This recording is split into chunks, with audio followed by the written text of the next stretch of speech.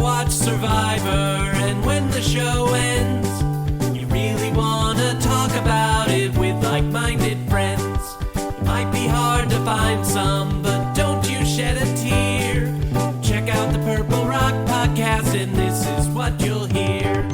John will make some dumb jokes, Andy likes to yell and curse, and if they're not available, the backup hosts are so much worse. Spend the whole time being jerks, telling you you're wrong, and so we got this other jerk to sing you our theme song. It's the Purple Rock Survivor Podcast. Welcome to the Purple Rock Survivor Podcast. It is the return of the one and only Survivor podcast in existence. I am your host, John, and my co-host from soon-to-be America's 51st state is Andy. Andy, how are you feeling, not just about the return of Survivor, but about being this close to becoming an American finally? I mean, has there ever been a better time than this? Like, wow. What a desirable country to join. It is definitely like when you see the giant hole in the Titanic and you're like, I don't know, man, it looks like a really cool time to board that ship, right? Like the iceberg's just been hit and you're like, but what if it's just a really fun ride? Let's just hop aboard and see what happens. There's never a good time for the largest army in the history of mankind to just be threatening to, annex your nation. But if there was ever one, I gotta say, doing that while simultaneously laying off the entire government force at least balances the scales a bit. This is why people tune in. They want the deep dive into current political topics. Well, here's the thing. We get a new audience every season. Yeah, people just check. It's important to set the bar right away, right? Right away, you should know that if you're excited about what's going on in the US of A, you can leave and never come back. Hey, but if you're excited about the Survivor premiere, let's stick around. Let's talk about it. How'd you like this premiere? It was fine. Like no complaints. But it's a 2-hour introduction to this season. Definitely not upset of the way it turned out. But not excited yet. I could see the beginnings of good things, but yeah, it was standard issue at this point. Yeah, I'm a little more upbeat than you are. I think I found it promising in that, I put a lot of stock into what I think the potential for the cast is. And I feel like there are some of these people that I want to see more of already, which, that hasn't necessarily always been the case in some recent seasons. I liked some of the interactions that we got between some of the people. And there's even a few, obnoxious ones that I'll be happy to see booted. I don't know if necessarily everyone in the audience would have agreed which ones are obnoxious, but, I have my own tastes. So I think overall, I was like, this is a cast that has some stuff. There are definitely some duds, but there's potential here, and that makes me happy. Yeah, but nobody climbed into a well, so... That's true. Not yet. It's a down mark from there. Honestly, like at this point, I think this is just where I'm always going to be unless something spectacular happens, maybe for 50 or whatever. 2 hours is just too much to get through the business of voting off one, meaningless member of the cast. And then the other thing is, they doubled down on it. But it's been a thing of the recent seasons that I believe I've already complained about in the past. And get ready, because I'm going to do it again. The level of enthusiasm that people have at the start of this season just really turns me off in a way that I'm sure is a problem with me. But it probably takes me a good 30 minutes to get over. Like, you remember when these shows had more than just fucking dorks? Do you remember that? Because all the models and actors and bartenders. Can you see the way they all flip out? Like, oh my god! And then of course, we get them like seeing that they're cast. Oh, and I get it. I understand. Of course, it's exciting. But can you imagine like young Boston Rob whooping it up. Can you imagine Tyson, Parvati? Like, and again, and then while watching it, and then just truly being annoyed by it. And then, not really be able to get much more out of, being on Survivor is the greatest thing that ever happened to me. And then they do a challenge where we can't tell who any of them are. I came to realize that I think part of the problem for me is that I'm just really Gen X. And I grew up in that Gen X mindset of showing like enthusiasm is lame. And I just haven't been able to get over that, I think. I think, yeah, you are very much like just against the enthusiasm. I watched it and I was like, this feels like The Price is Right. Like it absolutely, it's the come on down. Like, they're telling you, hey, if you get called down, you got to act like, oh my God, you're going to piss yourself. Like it's like you've like start spasming and act like you've lost control of your body. And that's essentially what this show has become. And I don't like it. Yeah, I mean, if what you're getting at is, I do believe that for some people, they're giving the show what they think the show wants and needs. Yep. They obviously they want to be on TV. There's also becomes like a group dynamic, right? If enough people are hooting and hollering, you better do it too. And you brought up like it's better. Oh, it was better actors, and that I detected the sarcasm because I'm able to detect sarcasm and lies. No, look, Parvati was one of those. But like what it is, it's like we need I want a range of folks, and it feels like we don't have that anymore. It's all just true blue Survivor dorks. And it's like the dorks used to be fun. And now it's just, and again, by the end of the episode, I was already getting over. And the good news is this show wears you down so that like it generally doesn't take that long before the enthusiasm gets to an acceptable level. But I'm just saying, at this point, every premiere, it just takes me a good amount of time before I can just like, just like Him How I Met Your Mother had a phrase like woo girls. Everybody on this show at the beginning is a woo girl. And it's just a little bit much for my cynical ass, I guess. I like that your general stance is act like you've been there before when you obviously have not. Yeah. And obviously they haven't. But what I want is like, somebody be like, yeah, oh yeah, great news. We've cast you on the show. It's like, yeah, I kind of figured you would because I'm fucking awesome. Right. But all of them is just like, I can't believe this is finally happening to me. And then I also rant over soon, let you talk, is when like I keep hearing like, I've been trying to do this for 6 years or 16 years. I'm like, okay, why are we getting people who you've rejected like 15 years in a row? Like right. That's often a red flag for me. It's like, okay, so for the longest, you didn't think this person was good. And obviously some people evolve and all that. Yeah. But it's like, there's been times Dan Foley applied for this show like every year. And then I think they just didn't want to watch his tapes anymore. And then they put him on it and we all suffered. Yes. Great callback, by the way. Like, I'm sure the whole audience wanted to remember him. Two things. One, one of the things that Probst used to love to shout out about this show was that this was this great social experiment. And to your point, the social experiment it's becoming a much more like homogenous experiment in that you're collecting. Yes, there is a much more diverse range of people, but they are 100% Survivor fans. Like they are all applicants and passionate about this show. And that's great for them. And I think in general, it's got potential to make good seasons because you have some people that, come to play hard and they've got good ideas and things like that.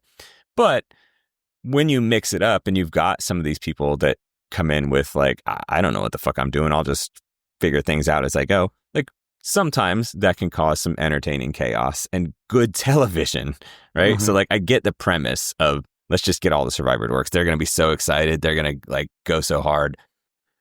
But yeah, they're, if you wanted to mix in a few of the random actors and like people walking on the street that Jeff loves to talk to, great. That's fine. It doesn't have to be an overwhelming percentage of those, but that'd be cool. Yeah, like, well, if you're watching the draft and you see a first overall pick, even like lottery picks, you don't want to be like, oh my God, I can't believe they drafted me, Right. Obviously, would after hope. it happens, there can be some emotion because they've worked their whole lives up until that point to get here, like overcome the moment. But like, when it's the first overall pick, I want to be like, yeah, I knew you were going to draft me. There was no choice. Like Victor Wembanyama was not like, oh my God, I'm so excited to be part of the NBA. He's like, yeah, of course I'm part of the NBA. I'm going to dominate it. Right. And Also, I feel like I'm we don't get that anymore. 7'6". Yeah.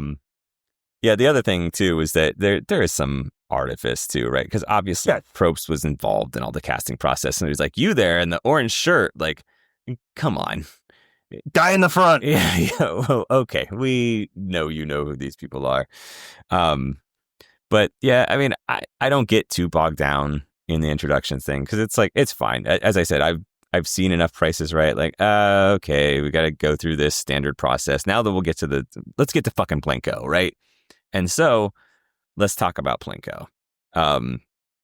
When the Plinko chip, is that what would you call it? Plinko chip? I think, yeah, disc chip. I think they call it. Sure. When it fell, we lost someone, and you can verify this. You've seen our chat, our group chat. As soon as that tribe lost the challenge, you can check timestamps. I said, well, later, woo crystal lady, because I didn't yet know Stephanie's name, but I knew she was gone. And how did you feel about that result of this episode? Yeah, so I'm of two minds. I almost think, like, if you're on paper, if you're judging the decision, I almost think it would have been a better idea to get rid of Say, because I feel like she's a chaos agent who's going to cause lots of trouble as the season goes along. And with the idol, like, now's a good time, right? She's probably not going to play it. And even if she does, it just bounces off and hits Stephanie, right? And then you can get her next time. All that said, man, I'd totally vote out the Crystal Lady. Like, I'm not sad that they did. No, that's the thing is I picture myself in that group of 6 people and hearing her talk about astrology and crystals, and I'd be like, Reiki no, and all that. I don't. Yeah. Oh God. As soon as Reiki came up, I'm like, I'm out. I'm out. Absolutely not. And so, yeah, I can imagine getting to the votes and thinking, it would be really cool to like take out that idol, and then also being like, but I would have to live a few more days dealing with discussions of Reiki, and I don't think it's worth it to me. And I would have made this exact same vote. Yeah, and then if you go back to the challenge, how she gets back and like apologizes, and there's a few commenters like, well, there are 2 people in that challenge. Why? Whenever we saw her doing something with the puzzle, it felt like she didn't understand the concepts of puzzles, right? Like she'd be holding up pieces like that. That clearly, I'm on my couch. That clearly doesn't go there, and I know that because I know how to spell the word survivor. So it's like, yeah, no, I mean, I think she was a negative in the challenges. We don't really get scenes of her bonding with anybody other than Mary and I guess really quickly Kevin.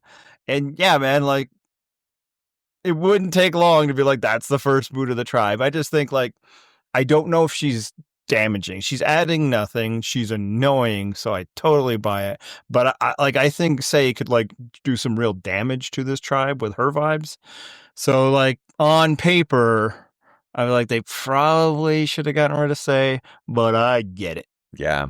So speaking of Say, we talked about Stephanie maybe didn't just have those social connections, but how about Say's though? I mean, I appreciate when people innovate in this game, and I liked Say's strategy, just pointing at people and saying, "Alliance, you, me, we're an alliance now." Like, no introduction. I don't know anything about you. You are a warm body. I've decided, you and me, to the end, right here. Like, I appreciate the innovation she's bringing to this game. Yeah, it was like Chris Parnell or Will Ferrell at Night Under the Roxbury, just you, me. Great Which is reference. an old reference, but we just celebrated the 50th anniversary, so I feel like it kind of came back. Yeah, no, and I also love where she's like trying to start the Women's Alliance and talks, and then it feels like she just gets up in the middle of it, like, nope, actually, no. this isn't working. No. And I gotta say, to that point, I mean, obviously Stephanie was one of the participants, and then I get it, That's what, like, I get it, but also like, don't do that, right? Kind of, gives away what's happening there. And clearly Mary picked up on it too, because I think that was one of the reasons that Mary was like, yeah, we could get rid of her. That'd be cool. So But yeah, say it's just a lot. And like, again, I feel like, and obviously, all I have to go on is the edit. Spoiler, that's all I have to go on for anything I will talk about on this podcast. I love that people are like, oh, you're influenced by the edit. We are all influenced by the edit. I'm not seeing dailies. Although I guess other people think they're elevated because they're reliant on exit interviews and such, which are never, ever shaded. And those are objective points of view, first persons. Yeah. But yeah, I feel like she talks right at you. She just kind of overpowers you. This is what we're doing. And it's just like, I didn't like it, and it wasn't quite the same flavor, but it was in the same kind of milieu. Didn't like it with Rome. Like, I just feel like when you got somebody right away, first 3 days or 2 days or however many days it is now, it's just like pushing that hard. That's just not the energy you need to be, because it's a much shorter game than it used to be, but it's still longer than let's try to win this on day 2 type action. Yep. But I do think in this specific case, they'd made this group of 4. And so I think Say is the type of person that will not reevaluate. Like, is this group of 4 still solid? Like, they'll just go to the next vote. Oh, yeah. No, in that part, I don't. Yeah, sure. Because I also have no faith in Say's ability to like have a counter maneuver. Like, she's made enemies already in a 6-person tribe, right? No, it's more, you can't know that you're going to go to tribal council again. I don't want Say around once I'm intermingling with other tribes. This is very true. But again, I think if you're, But I would also desperately want to vote out Stephanie. But that's what I'm saying is like, I would get rid of Stephanie. And my thought would then be like, all right, well, if we go to another tribal though, like Say is going to It might be harder though, right? Yeah, but no, listen, because Say is going to believe like, we're a strong 4. Like, see, we voted together last time. So obviously it's the 4 of us. And I don't think she's going to reevaluate that, right? Like, you just tell her, yep, obviously we're taking Mary out. All good, great. And then as soon as she walks away, so like, yeah, we're all going to blindside her, right? Yep, okay, cool. Like, I don't think it's going to be that complicated. Yeah, again, that's assuming you go to another tribal council before there's any kind of swaps or anything like that. And then there's also like, well, okay, now that it's down to 5, again, I'm not really criticizing the choice. I'm fine with them voting out Stephanie. But then it's like, well, Say's like, okay, well, what do we do with Mary if she plays a shot in the dark? And like, who are we telling Mary the votes for and all of that? It's just, 6 to 5 is actually quite a bit. So, in general, if somebody presents themselves as that dangerous, I'd take the shot early. But in this very scenario, yeah, it's okay. It's okay. Your tribe can do without the pitches about essential oils for a few days, Yes. And I try not to be like, the dude who's just like, oh, astrology, what silly stuff. But like, yes, it's ridiculous stuff. Men have ridiculous stuff too. Okay. So it's not about that. I genuinely don't know both what type of sign I am or the types of signs. Is it like is it the elements? No, Earth, wind, fire? This is it like Pokemon? In to hear this. I don't. No, I feel like they'll probably tell me in comments. But she's talking about air, wind signs, air signs. I don't. Water signs. Was she talking water signs? Look, I have met too many of these people. I live in Florida, Andy. I've met too many of these people in my life. Like, I don't need to hear more of this. Later, we'll talk about the kind of people that I've met before when we're talking about some of these people. So let's talk about that Beware Advantage, which became an idol. They seem to be trying basically different shit every season. What did you think of this season's little twist on the Beware Advantage and Idol? First off, trying new things every season is the way they have to go with this. Yep, absolutely. I mean, obviously they could get away with repeating in seasons where they don't see it. But we see it and it gets repetitive for us. The phrases was funny the first time, less so the second time. The problem with these, and you pointed this out last season, and I'll remind you because you might not remember, like when they had to go on a treasure hunt or whatever for like in the 2 tribes sent somebody to try and win the supplies event. He's like, can't really play at home that much, right? Yes. We are limited to what they discover, and then that's the point of view. Like, we're not seeing all of the animals at a time where we can piece it together. So like it's like a more interesting way to do it, but it's still not that engaging for the audience. The way like if it was just a straight up puzzle that we could look at would be a little more fun. And the difference for me is that like I love a cryptex. Like I've actually found that one fairly easy, and I had spotted the like different colored things on the trees as they were walking through. Yeah. I just wasn't sure how many we saw. Like, Right, I exactly. need to Like, re-review, right? I certainly wouldn't have recalled like, oh, there was a blue fish back there. Like, that wouldn't have jumped out at me. But like, as compared to that, hidden treasury type thing last year, this one wasn't as bad. Yeah, I think it's an improvement. I agree. Yeah. I think the falling clay pot with the red ink was much more fun. You know, like let's stick with things in that vein or try something more in that vein again. But, on the scale of things that they've tried, this one was okay. It was just surprising to me that like, again, I didn't think that cryptex thing was that hard, but I'm also someone that plays a lot of word games and escape rooms. It also seems possibly easier than the one we see on the Orange Tribe because all their symbols seem the same color. So obviously we'll have to wait and see what that is. They were the ones that were unwrapping letters. But I think they were all black because my thought though was that like it seemed easy to me, and then also I didn't hear that it was anything less than a full powered idol, right? Yeah, there was more on the parchment. Right. I didn't see any words. But she never read it out. So let's just assume that, she's got a full idol from now to the end of the game. I'll say the hunting for it. The hunting for the initial advantage is fine. Whatever. It's just people looking and then finding. But like her trying to figure it all out, I don't know why she was so panicked. She seemed like she was going through a lot. Right. And obviously, like, I get time sensitive and all this, but it's like you wasn't encouraging her ability to deal with the stresses of the game, that like finding pictures of animals was just freaking her the fuck out. Right. That might have also influenced, and again, this is my view that the players don't have, is like, I would not want to work with this person. Does not seem like she's the best in stressful situations. Well, let's switch up. But at least she's not trying to sell me on Reiki and astrology.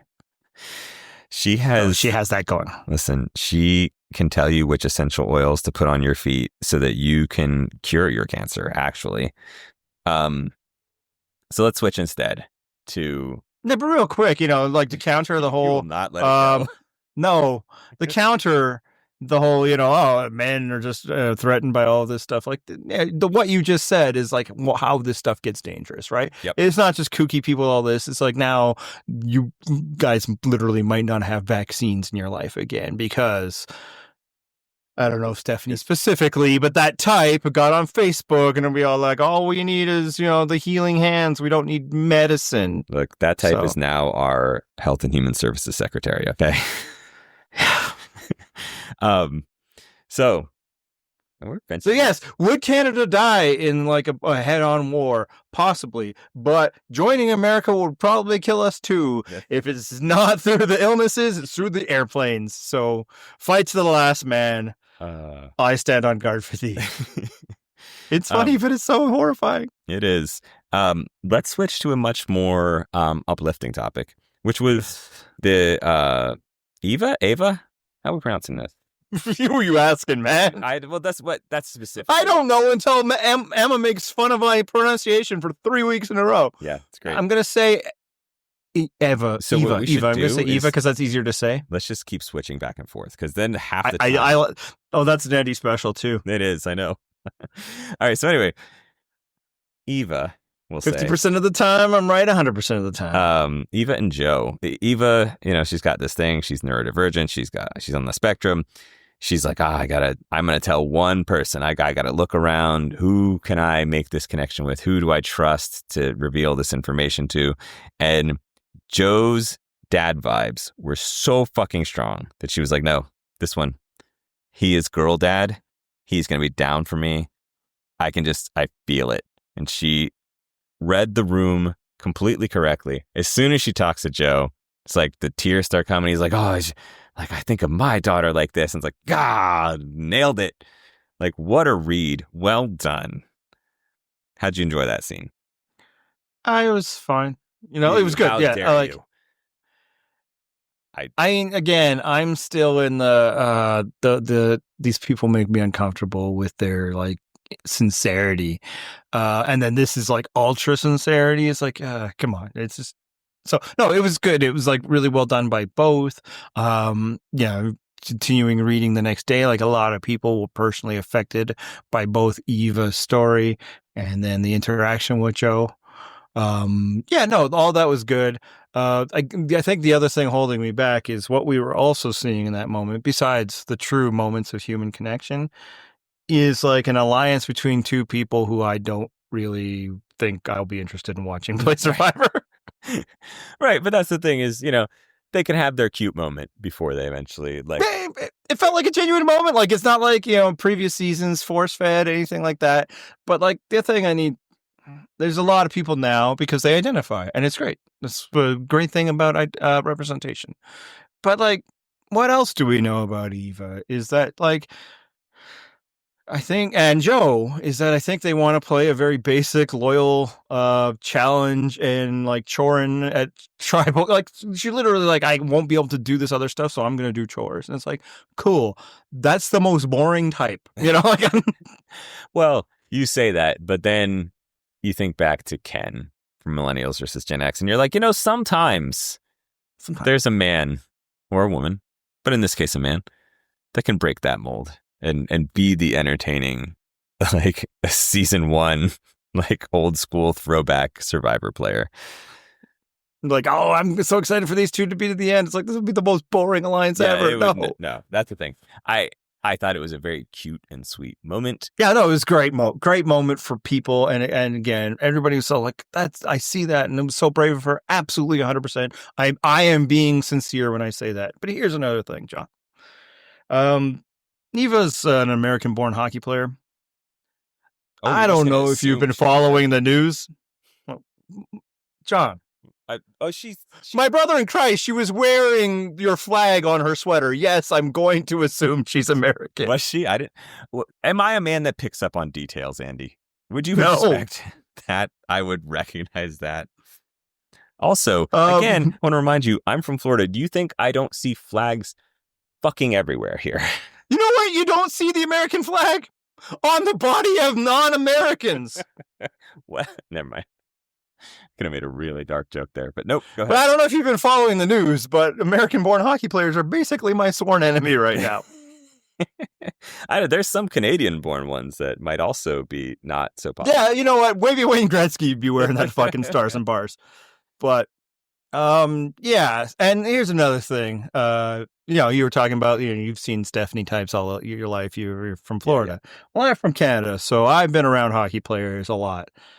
They're the most dull fucking people in the world. So it's great that, we have, but like other than her diagnosis, I also feel like she's going to be incredibly boring. So that might have tampered down my enthusiasm. But, as all things, I am willing to change my mind if presented with other facts. Well, let's move on to another pairing. This one a little more forced. Kevin and Kyle, who got the side quest post initial reward, whatever camp supply challenge. Yeah. What'd you think of this one? I think I thought, because like generally all cranky old Survivor fans are like, why do we keep doing this stuff?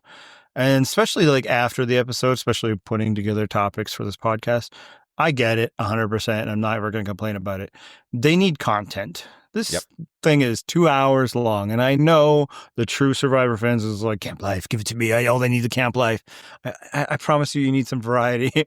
You need some scenes that can be more than just uselessly weaving palm fronds and waiting for, and again, I suppose in a different world, they don't have to wait that they can start a fire because they just wouldn't take that away from them. And that part I'd be fine with. But I appreciated this one because it was kind of a well pieced together segment Yep. I like the contrast between Kevin and Kyle, and especially like Kyle. Kyle was hilarious in this, unintentionally, but still. The guy was just reefing on that rope so much that he almost bumped into Kevin. How? They're supposed to be like on opposite sides of the jungle. Well, I mean, opposites. But it's like, oh, I just looked up and suddenly he was there. And he still hadn't gotten the thing out of the ground. It's amazing. Every part of him is just like, well, if I just do it faster and harder, something will work. And God bless that attitude. Never let a man down before. I was gonna make that joke in a different context. Close enough. You got there. Yeah, I agree with you. I think it made for, you're gonna do something like this regardless, because as you said, you're filling a 2-hour episode. So yeah, visually at least it was entertaining. It was not. We got to see them, like the cameraman is like walking backwards as the rope gets pulled up. Like that's a good shot, and you get to see them like debating how we're gonna get this pot down. And yeah, Kevin saying I'm just gonna go slow and steady with the rope, or then like Kyle like getting lost while pulling the rope. I don't even understand how that would happen. You just stay behind the rope, right, and you should be going the right direction. Where else was the rope going? It's buried. How are you pulling it in multiple directions? Yet somehow he was. And then like my older son was in the room, half watching, half, I don't know, doing something on the computer. And like he's asking, could you just break open the water thing? I'm like, no, they would say that you could do that. And then what do we got? Well, I mean, you can't, but he did. It's like, what would happen if you do? It's like, well, then you'd lose the challenge. And then, not but a minute later, it happens. It's like, see, son, I know all. And I know it was confusing for a few people because, a lot of things happen or whatever. I mean, I gotta be honest, I didn't actually understand the objective of the first challenge. And like I said, didn't understand who any of the people were because they were covered in mud. Right. And I just met them. Right. And really, when I'm meeting them, I'm only trying to pick out one detail out for all of them. We'll get to that soon, I promise. But yeah, you were allowed to knock the pot down through any means necessary. You weren't allowed to do every objective in that challenge by any means necessary. Right. Because otherwise, of course, you just push over a glass bottle. You'd be a sucker to do it any other way. All right. So I think it's about that time. Yeah. The people are clamoring. They're waiting for this.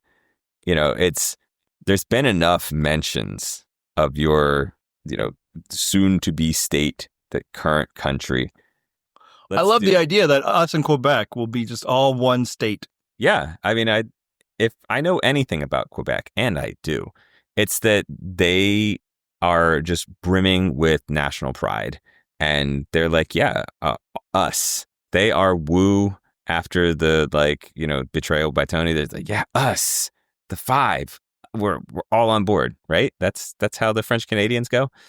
I mean, y'all are fucking up enough that they kind of are, right? It's like wild. They're booing at Montreal Canadian games, the American anthem, and cheering the Canadian one.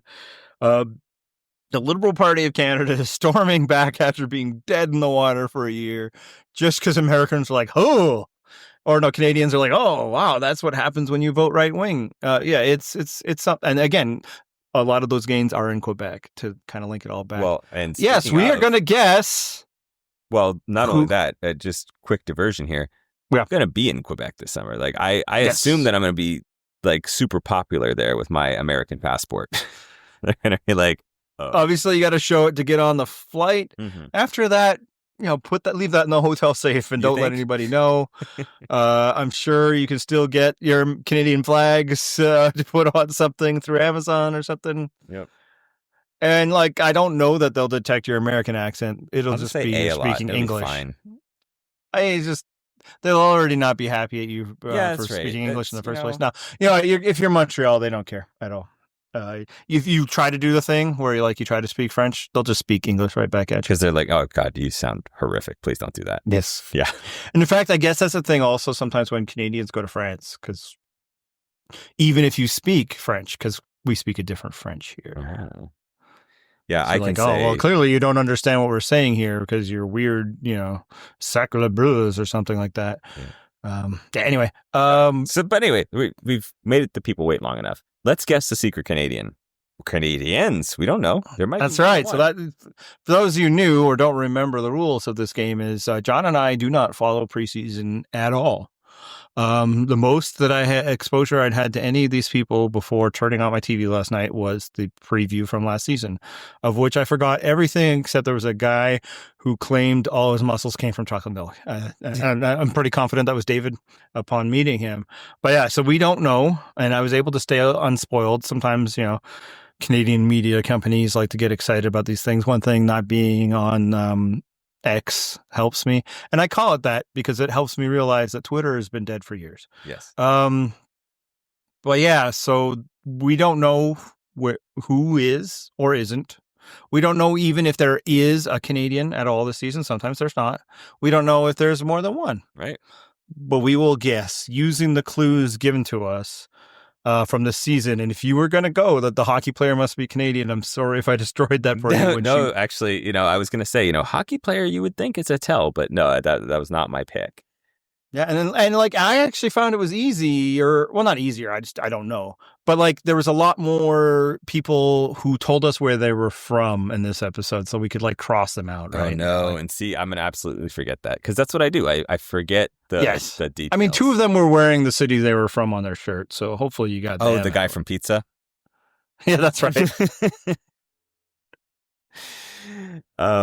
All right. So that's in fact, I'm hyper focused on this stuff to the point where, when we start the episode with Joe on Zoom, hearing that he's going to be on Survivor, I'm looking at all the stuff in the background. It's and he had a Sacramento Kings thing, and I'm like, okay, not him. And then he's wearing a T-shirt that says Sacramento Firefighters, and I'm like, oh, well, that was a waste of time. Yep. I was trying to read who's the doctor on the cast? It's Mitch? Cedric.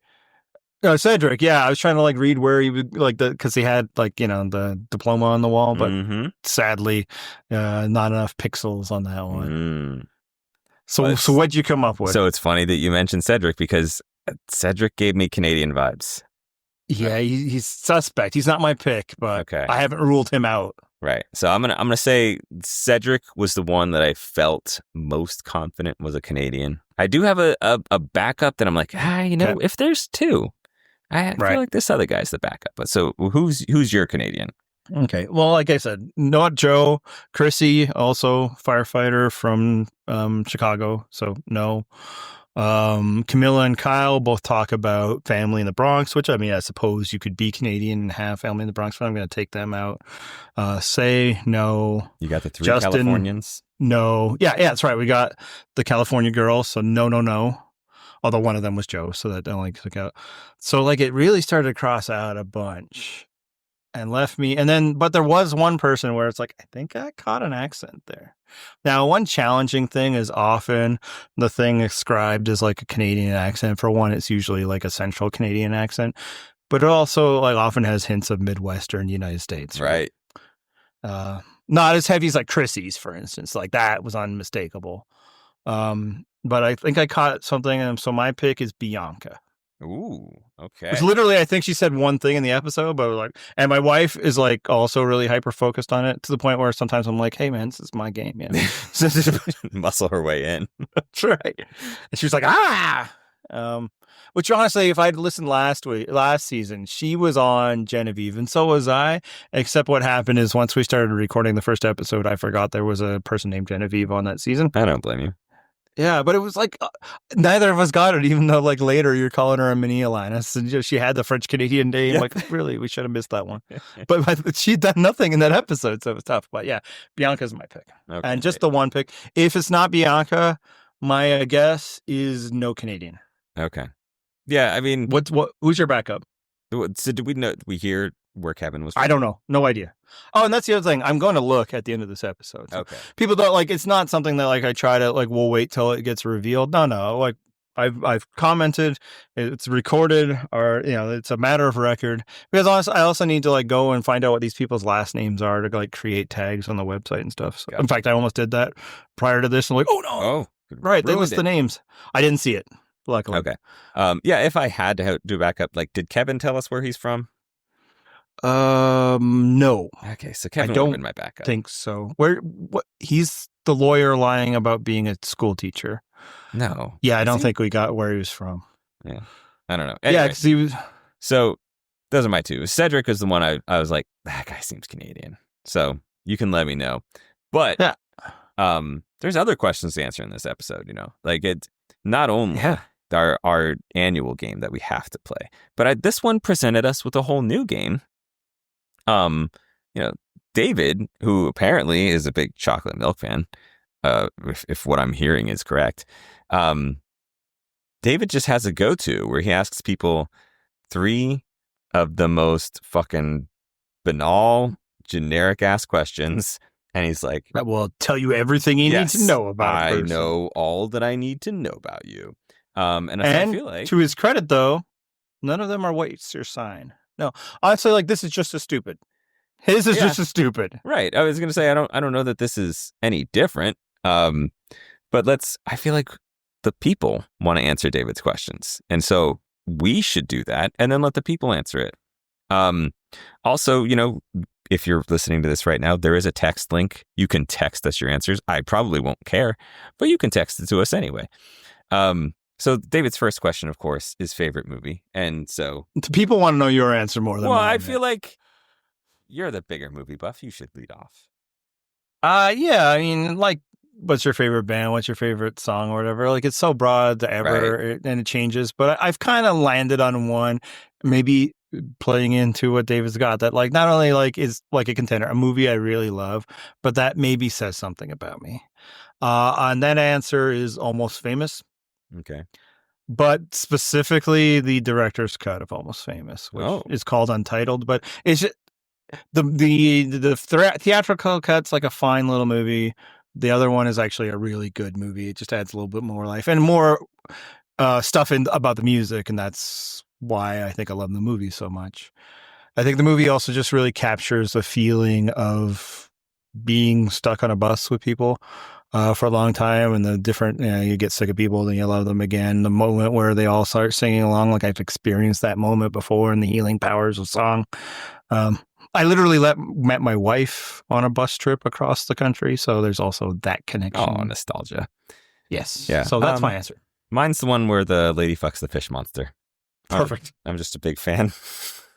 The one. Speaking of, if you only check in on us once the season starts, that's a logical thing to do because we go dark. We don't create off-season content generally, but there's one treasured piece of off-season content that did go up a month ago or whatever, and that is John, who doesn't watch movies, has to guess what the Oscar nominated Best Picture nominees are based on title alone. Yeah. Generally title alone. Sometimes, very rarely, something will penetrate and get in. He'll know something about it. Those times suck. Yeah. Or sometimes it's obvious, like Oppenheimer. You've heard of the man before, Right, so that was exactly. easy. Yeah. You know what a Barbie is. A Barbie doll. But yeah. so that post is up if you haven't seen it yet. And yes, a few years back, we blew his mind to know that there's a movie about a woman who fucks a fish man, and now that's what he thinks Oscar movies are.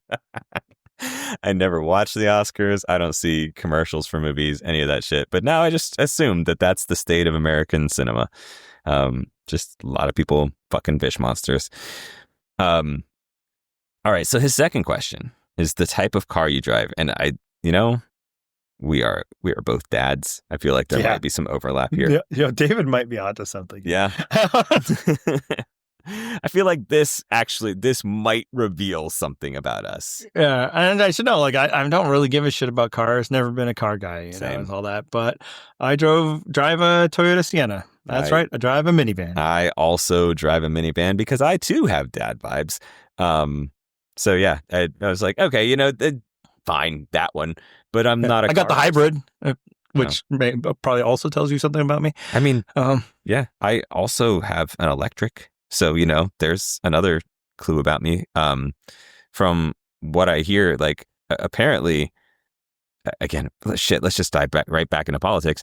I guess everyone who watches Fox News thinks that just electric cars just explode, like, just are constantly bursting into flames, because anytime that I've told someone that I am very well aware is a Fox News watcher, they're like, oh, aren't you afraid it's going to catch on fire? And I'm like, And you tell them, no, that's only the ones made by your president. Well, and then I was like, no, I mean, your actual president. The phone in both of our hands right now has the same type of battery, and it has never once spontaneously combusted. I'm feeling pretty confident. I mean, unless you're holding a Samsung. No. All right. So, question number 3. How do you take your steak? Andy, you may lead. So I barbecued a steak about an hour ago. So I guess it does say, I guess 2 at this point. Yeah, I'm a medium rare guy, and I'm more on the rare side than medium. If I'm in a place, sometimes I judge it. It's like, they're not going to do that good a job, so I'd rather juicier than not. Yeah, that's me. Yeah, I go straight medium, and I don't do steak a ton, but I just that's the thing. Coincidentally did it like 2 days ago. So, yeah, medium. Yeah, I mean, I live in a city that's literally nicknamed Cowtown. Like, it's, yeah, it's a kind of a big thing here. And this is the thing that, like, dudes get on. It's like, oh, well, and all this. But here's the thing. It's true. If you're getting it done well, you're ruining the food. That is, it's just not meant to be enjoyed. That's just, it's just, now, I don't be like, oh, you're a wimpy person or whatever like that. Honestly, what it generally tells me is you probably grew up without money, and thus probably had to rely on bad cuts of meat that maybe were a little questionable, and that maybe you should cook it a little longer, But yeah, or you just don't understand that there's a difference between like chicken and like red meat and white meat, right? Chicken you absolutely have to cook or it's poison. Red meat you don't. And there's no chef in the world that'd be like, cook that thing through. That's the way that the dish is supposed to be prepared. But, to each their own. All right. We've made a quick tour around the cast, but let's talk about anybody that we haven't talked about. Is anyone jumping out at you so far among this group? Yeah, I think the person I liked most coming out of this episode was Thomas. Okay. Just liked his energy, and I liked how, and he comments on it, which I think, for one, I think he's giving good confessionals. He's helping bring us in, but that he's like, willing to just form the all guy alliance. He talks about how he wasn't expecting that, but like, I like that he wasn't coming in and be like, no, this is I'm only gonna play with the girlies and everything like that. Like, no, I like that he's showing that he's assessing the situation and doing what's best for him, and he also seems kind of funny. Yes. Those things are important to me. Exactly. That's what did it for me, is that he's got a sense of humor, which I appreciate because not all the players do. So, for me, like I said at the top of the episode, there's several that I found enjoyable. I like Camilla, who honestly, she's my next. Yeah, Camilla reminds me. And I was watching with my daughter, and it combines like if you took 2 of her friends and squished them together, it would make Camilla. And so, like, because of that, and I've met these friends, they've come up to our house and everything. So it's like, oh, now I have like this rooting interest in Camilla because I identify her as a mixture of my daughter's friends. So I liked her semi-evil plan of bonding by ostracizing Charity. Like the way she presented it to us. Yeah, that's great. Amused me. I'm like, yeah, you go, and something you can get away with because she's like, short and cute. Otherwise, bonding through ostracizing one person is probably a turnoff. But like the way that she, like, aren't I a stinker? It worked. It was fun. Yep. I agree with you. Thomas seems great. I think a lot of people, at least judging by the fantasy team picks, were into, how do you pronounce Sean? Yeah, man, I'm waiting for another episode before I discuss that. It didn't. I have no idea. This is the downside of not doing any preseason, is just like, unless you got your name said a couple times, like, I'm not really sure. And he might have, but there's a lot of fucking names, people. Yeah. I know, like, and you know what? It's fair when they get on me on like a semi-common name. Like, I should just like start like rolling with it and like screw up. I think his name is Kevon or something. But I was just thinking Kevin too. It's a good one. But man, like, I've never encountered this combination of like consonants and vowels in my life. You're gonna have to give me a little bit of time. Yeah. And then what will happen is I'll remember the wrong one. I'll remember the one that I said wrong. And you're like, Yep. wait, no, I don't want to say that again. And you know what? It's your choice to listen or not. You'll roll with that the rest of the season. Also is apparently Persian, which, so far the track record of Persians on this show has been that I've liked them. So, that's encouraging. Feel like we didn't like the last one, but she was entertaining. That's what I'm saying. Like, There you go. I don't feel like Venus was a bad cast. Yeah, sorry. I had V, and I'm like, that's not the full name, and I couldn't think of the rest. No, yeah. I mean, I could see her coming back for 50. Yeah. I in terms of standouts, David stands out, obviously. Well, so that he's was a the other gregarious.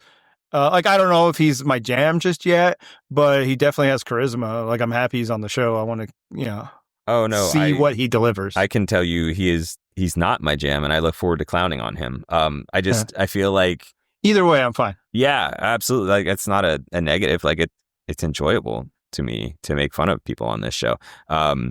Yeah, he feels like he has no self-awareness, which also can be fun. So yeah, I'm looking forward to some David content, and not in a positive way. I'm not going to be rooting for him. I'm going to be rooting for reasons to laugh.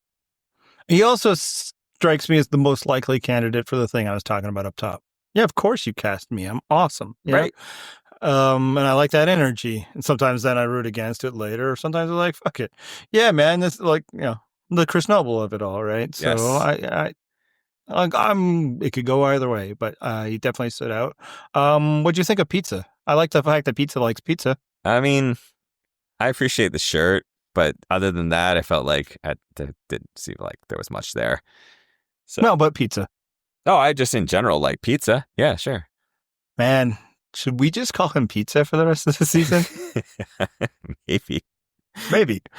No need to force it, but I'm floating it out there. It's troubling. Hey, you did mention Venus as a potential season 50 returnee. They during this episode, we're talking about season 50. Like, it is out there. Probst is confirming it. Hey, we're bringing people back. We're doing 50. We're like celebrating 25 years of Survivor. And they want the fans involved, which, the fans have been involved before.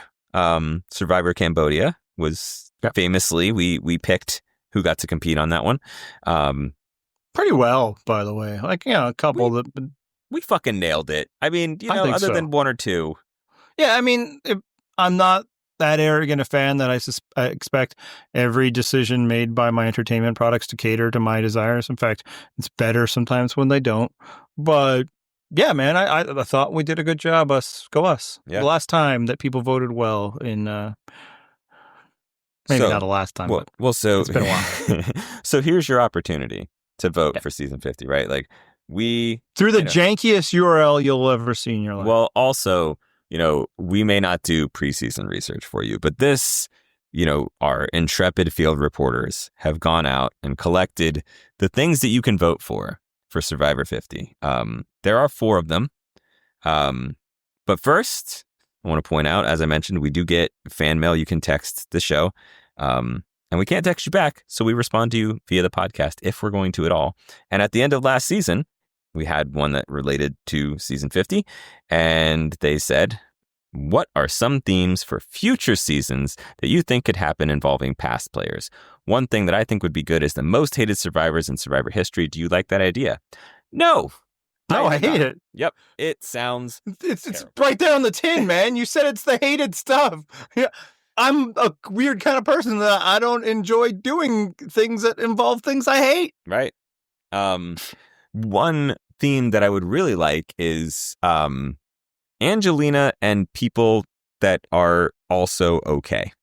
That's really the theme that I'm looking for, is cast Angelina, and then after that, don't vote out Angelina for at least 10 episodes. That's honestly my rooting interest. I mean, she's never been voted out before. Yeah, man, I don't need a theme. It's 50. Like, this is the theme. We're voting. Bring back the best people. And my one is like the people that you brought back a lot that kind of finished their story in 40. We can probably leave them in the past. Agreed.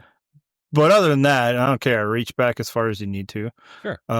Now, the number 50 suggests there's a limit to how far back you can go back, because time is a thing. Yes. time is not always as kind to everyone. So yeah, and look, I've seen, and I actually in the past theorized myself like a way to go would be like 3 tribes with 3 different eras, but now it's like, nah, I don't even care about that. Just get 50 good ones. Yep. Or not 50. Definitely not 50. No, don't do 50. Get 20 good ones for 50. I thought you were saying get season 50 good ones, sir. Yeah. All right. So here's the thing you can actually. But yeah, you can vote on survivor50cbs.votenow.tv. What the fuck? I got to assume that there's not a lot of other like usages of Survivor 50 CBS. You probably could have just nailed it with the .com right there, or just even Survivor 50 vote, or Survivor 50 .vote. They have all those fucking weird dot. But I like how now. Because maybe they're anticipating, as we're going to get to, that they're going to spend more money on the finale. They needed to save money on GoDaddy.com, and they didn't want to buy the .com version of this URL. They got the .tv. Survivor 50 .porn. At least it wasn't .us, like they included me. All right. So here's the things you can actually vote on. Man, we make the people wait. So this build-up is really going to disappoint you, because the first thing you can vote on is tribe colors. And I mean... Sure, man. Whatever. Sure, yeah. I chose the one that had purple in it. That's what I was going to say. Then vote for purple. Like, that's about it. That's my only... Yeah, otherwise, I do not care. I've never cared. I don't care about that. That's the ephemera of Survivor that is beneath my notice. Yes. But some people care. Another thing that you can vote on is something we have brought up in the past, is whether they should get rice or no rice. And... I have to weigh in and say what I have said before. Give these people fucking food. I'm not here to watch them suffer. I mean, if you don't want to give them a ton of food, fine, but give them some food. Starvation. I think deprivation is an essential ingredient to the show.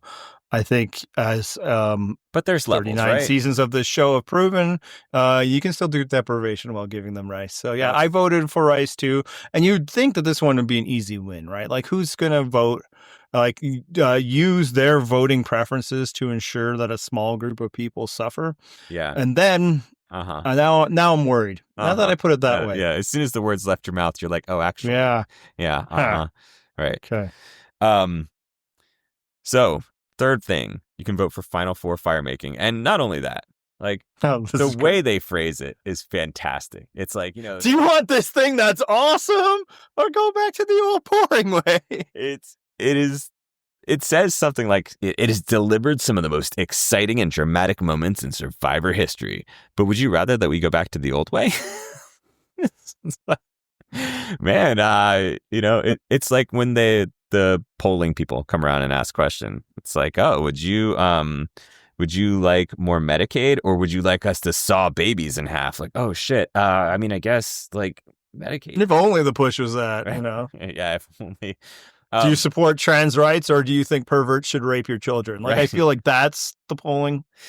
So I might not last the whole season, by the way. Like, it's tough. Like, this is the stupid thing we're doing. We've done it for a long time. It's a fun thing for us, and hopefully the people that listen. But otherwise in life, I'm pretty much just angry all the time. And it's not even my country. But, here's the thing. Your country affects other countries, as we've been talking about all night long. Hey, speaking of which, let's get back to this. No, I'm saying, I will be absent, several times in the next few weeks, so less people think that I'm already giving up. Nope, those were all planned. Yeah. So the final thing. So how'd you vote for the firemaking? Oh, fuck. You know what? I'm voting yes to anger the people that hate it. I'm ambivalent. I don't give a shit. I think people who hate it forget that a lot of times the Final Four vote used to kind of suck. It wasn't always that great. Most of the time it sucked. Right. And so, you get all... I love people. I want to bring back the excitement of one person's vote. Right. No, neither of them are great, but the fact that you're so adamantly oh, this fire thing sucks. Well, no, actually, I think we should keep the fire just because I don't want you to be happy. So I did the same fucking thing for the same reason. See? And frankly, when you can attest to this, when we first found out that this is what they were doing, that somebody dropped it in chat, and I was my instinct, obviously, I probably don't want this, and there's things, and already, we want them to have rice. I was still there's this part of me that's probably not a healthy part, but just wants all the whiny internet Survivor fans to eat shit. And so, and again, it's childish, it's dumb. I shouldn't be like that. But also, it is an annoying thing when people who are like in a subset of not a representative sample of the people of any group of people assume that their views are the views. Like, of course it's this way. How do you not seeing it? It's like, how do you not know that you're a niche? Right. And for Survivor, it's meaningless, right? It's fine. It's whatever. Yeah. But when you're like, Kamala Harris lost because she didn't follow my pet project, when the truth is probably closer that she lost because eggs were too fucking expensive, it shows you maybe it's tougher to fight these fights if you don't understand just how uninformed the electorate is. Well, when you don't realize that people are Googling where's Joe Biden on election day. The absolute confidence that everyone agrees with their opinion is the thing that makes me like, no, actually, I'm gonna vote against you because of that. Because again, this is if fire making went away, it'd be fine. But yeah, I'm actually, and this is true, been true the whole time. I'm deeply ambivalent because the sanctity of the Final Four vote. It was all like, I think it's been gone so long that people forget what it was really about, which was the person who had immunity, and then almost every time the other people were just begging that person, and they just got to choose. Every once in a while, like twice, I think, they decided to force fire, which is kind of how we got this idea. It'd be that'd be the most amazing result, by the way. If the fans vote to get rid of it, they get rid of it, and then we get a 2-2 tie. But this whole, we've lost the epicness. It's never epic. It's who's the most likely person to win besides myself, the immunity winner. We're voting them out. That's it. That's all it is. Every time. Yeah.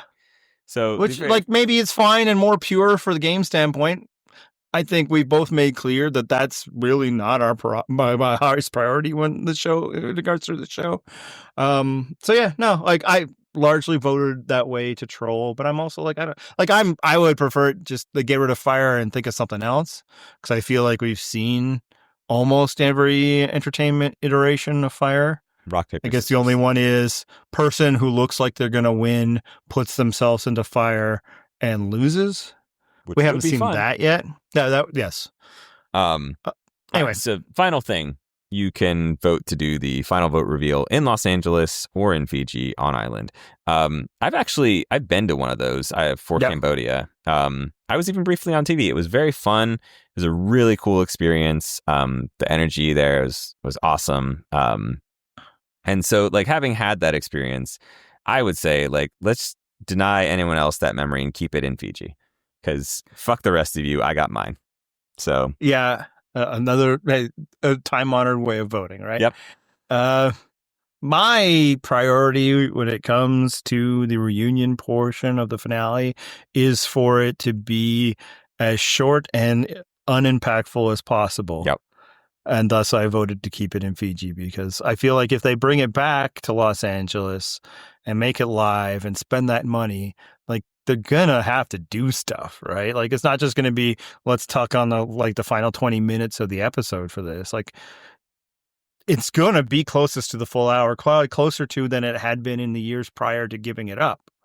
So I hate that, so I don't want that. Right, and I think an underrated part of that is that, again, because it's been a while, people forget that a lot of that stuff would be just, people litigating their edit, or oh, well, actually, I was the star of the season. You didn't get to see me that much. Okay, I don't fucking care.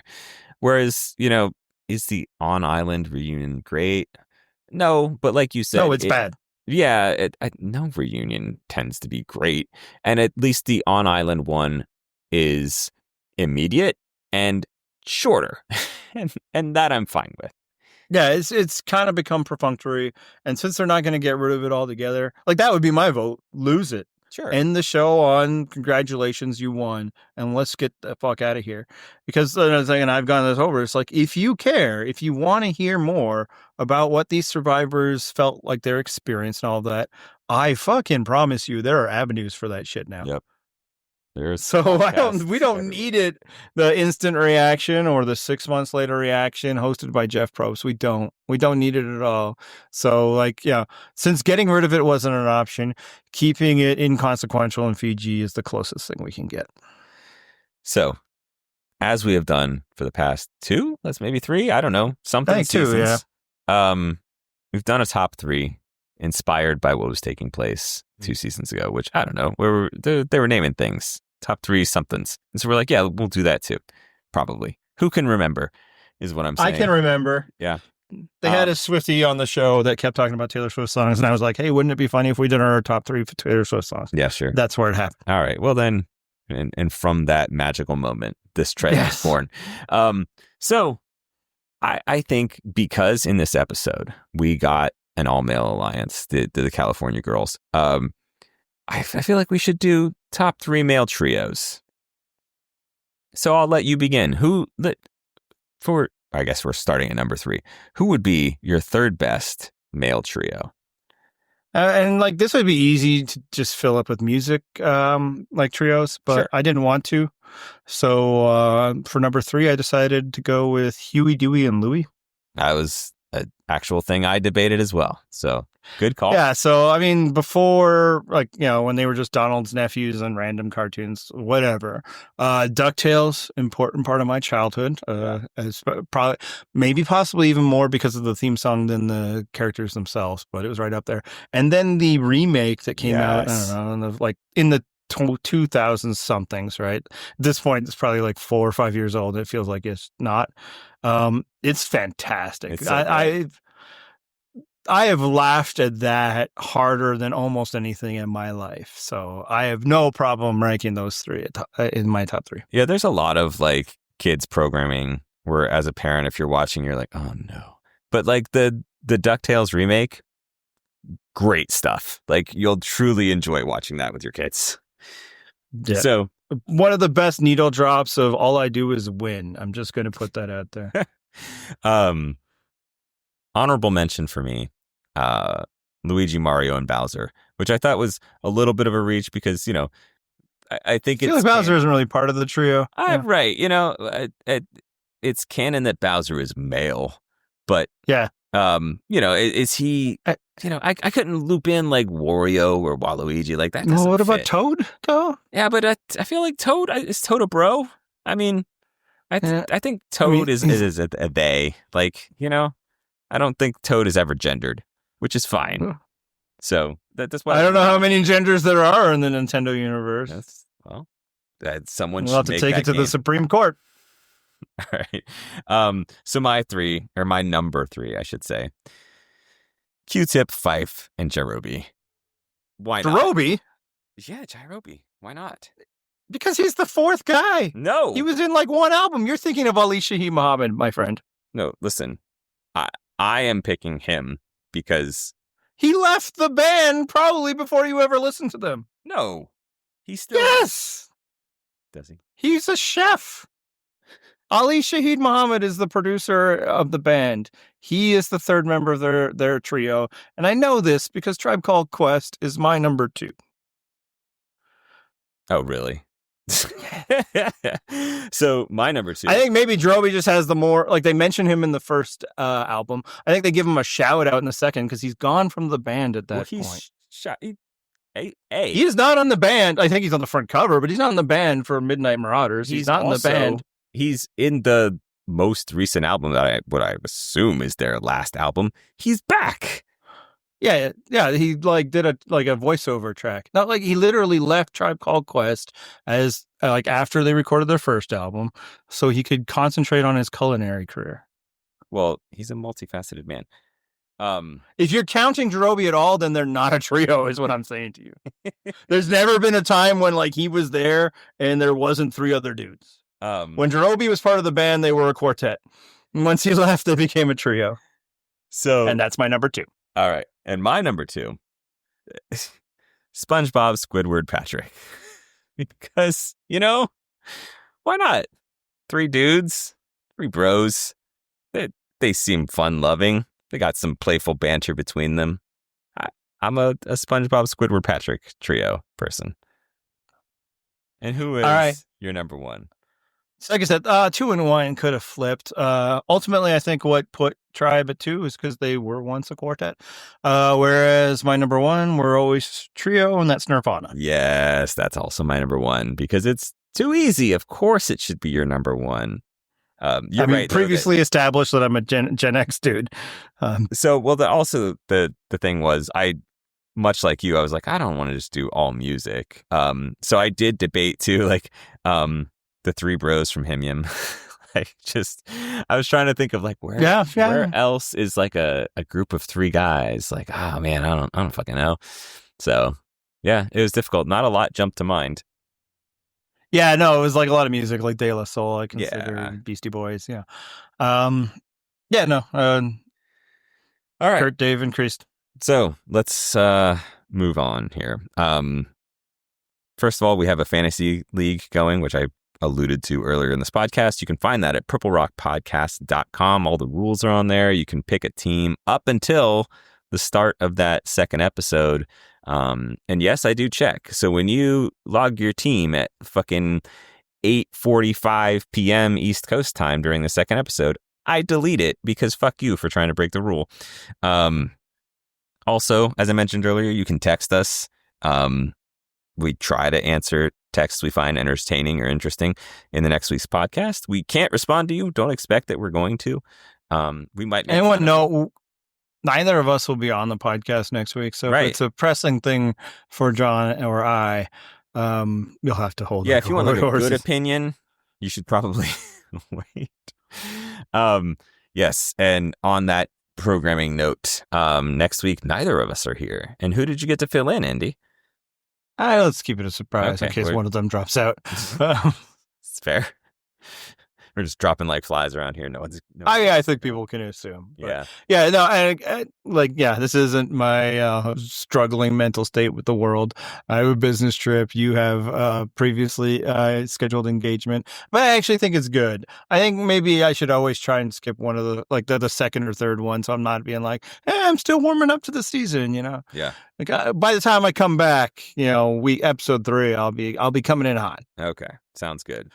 Other notes, if you visit our website at purplerockpodcast.com, we've been just putting up posts where if you are watching the season of The Traders, you can leave comments with other like-minded people. It's not really live comments because that's pretty hard to do with a streaming show.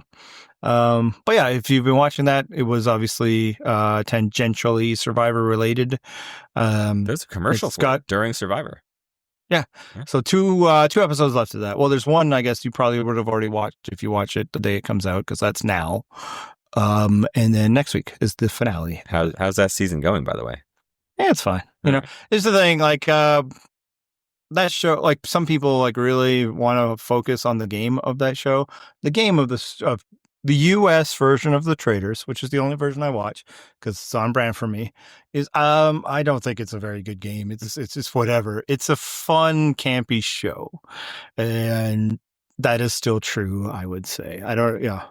Some people are like, oh, but it's like this is a game that will just throw new people in halfway through. They don't give a fuck. All right. And then Survivor Australia is back as well, I think.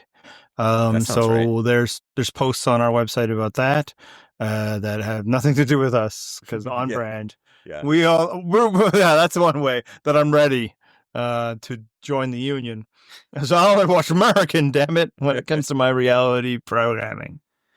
All right. Yeah. So if you are into any other non-Survivor content, at least 2 other forms of non-Survivor content, you can find those on our website too. I suppose technically the one called Survivor Australia is Survivor content. Just you and I don't see it that way. That's fair. Yeah, it's tangentially related. It's got a whole second word in the name, though. So anyway, purplerockpodcast.com is the site. Anything else, Andy? Nah. Let's hit the theme song. This is the copyright-free outro to the Purple Rock Survivor podcast. Thanks for listening.